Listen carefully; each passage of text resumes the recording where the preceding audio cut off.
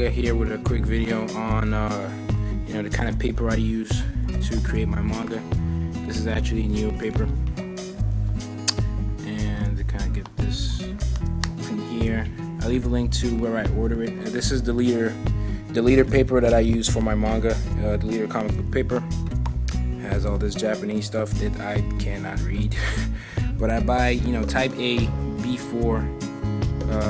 They're different weights, and I think the heavier it is, the less likely it is to jerk up or tear when erasing and stuff like that.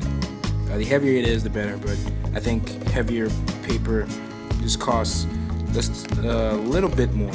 So I'm just gonna open this up and I'll show you how and I think they're like 40 pages. They're 40 pages in. Yeah, 40 pages, and I'm just gonna open this up and show you guys how it looks. Before I show you guys, how the paper looks, I just want to show you how that was type A, and type A would have guidelines. I'll show you that in a second.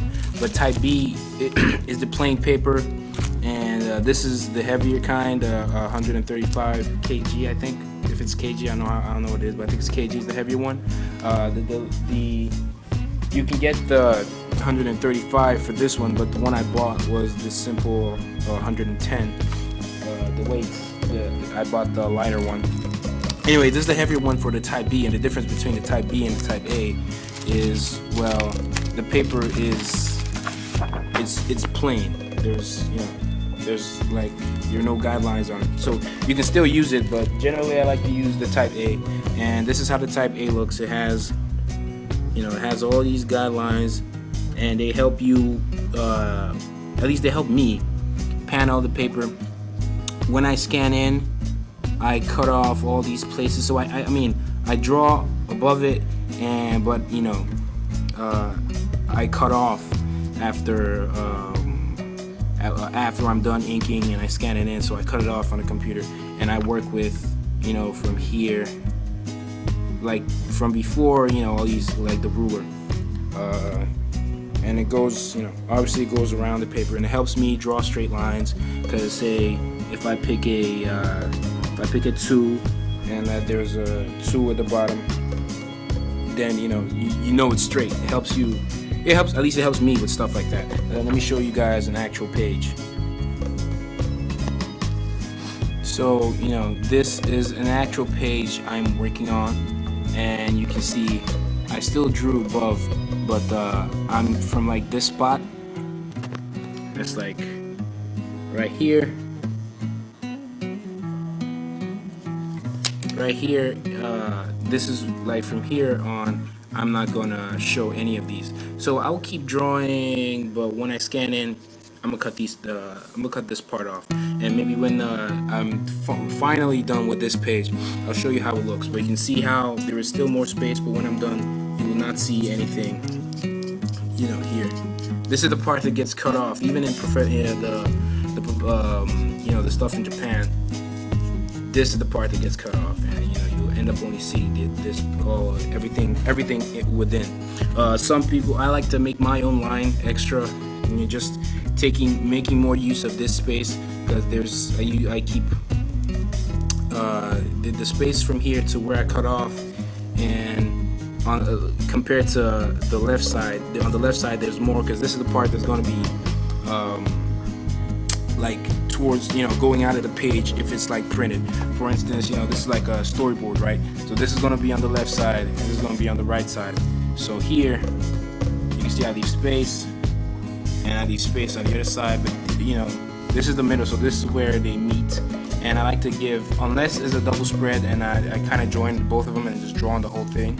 But unless they meet, if they don't meet, I always like to leave a space in between. And if this page, which is this page, and the storyboards, as you can see with the look at it, blah blah blah. But if it was this side, it'll be flipped around, and the smaller space will be on the other side. So I like to create this extra line. But the actual paper has, if you look it has another set of guidelines to help with that. But you know, I don't use it. I use it for, like I said, I use it for the side that's coming out. But for the side that's going to be in the middle of the page, the 2 pages, like I said, in the middle, I don't use it. I create my own. But for the outside, I go with the guidelines, as you can see. Anyways, this is the leader paper, and you know, and that's how I use it. If you want to see actual finished pages, you can go read my manga Apple Black, and the first 3 chapters are free on Saturday AM.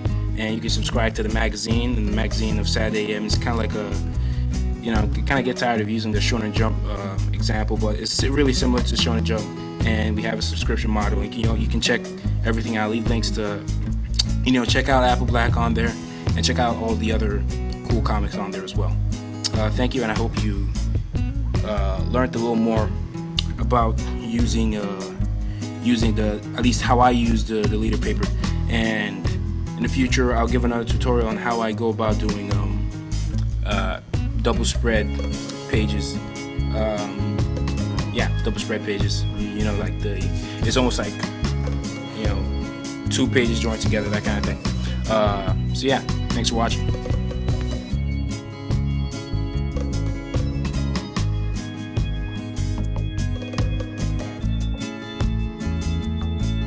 Don't forget to like and favorite this video.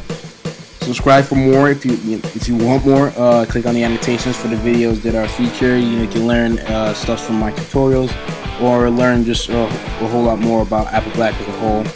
For details on what Saturday AM is and what it what's about, there'll be links in the description for you guys to go check that out. Leave a comment on the video you want to see next, whether it's a tutorial video or a video you want from me explaining anything about the manga if you have read it. And if you haven't read the manga, there's a link for you to go read it in the description below. The description or the about section below will also have links to things that you might find interesting. Facebook page, WhytManga Facebook page, Saturday AM Facebook page, or you can tweet at me, or you can just tweet, spread the word about the manga. Any support is much appreciated.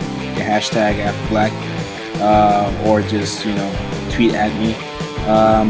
So yeah, thanks for watching this video. This is WhytManga, and I'm out.